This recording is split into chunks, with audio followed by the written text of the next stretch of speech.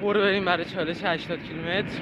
یکم پیش شروع کردم، ویدیو نگرفتم یادم رفت، ولی الان معلومه 1 کیلومترش اومدم. نمیدونم معلومه یا نه، حالا نور خوب بود نشون میدم. برو بریم. بالاخره رسیدم یه جایی که معلومه. کیلومتر سوم. برو بریم. چه پرده میزنم آجی، هیچکی نیست. هر کی از این پلیس کارکناش چه نگاه میکنه مثل اسکولا نگاه میکنه، میگه این کی تو زله گرما اومد.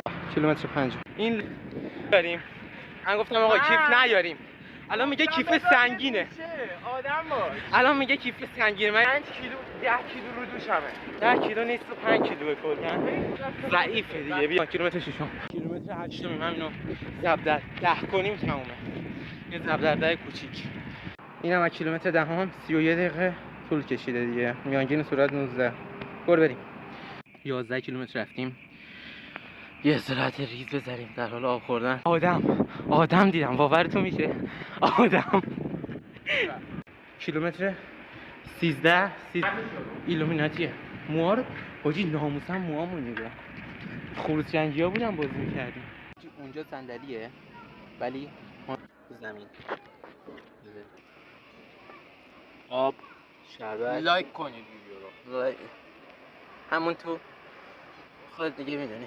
زمین. کیلومتر 15 کیلومتر اومدیم. فکر کنم از 20 بعد فشار شروع شه. برو بریم. پارتای این ویدیو رو به صورت یه روز در میون میذارم، پس لایک و کامنت و سابسکرایب رو فراموش نکنید تا ما رو گم نکنید.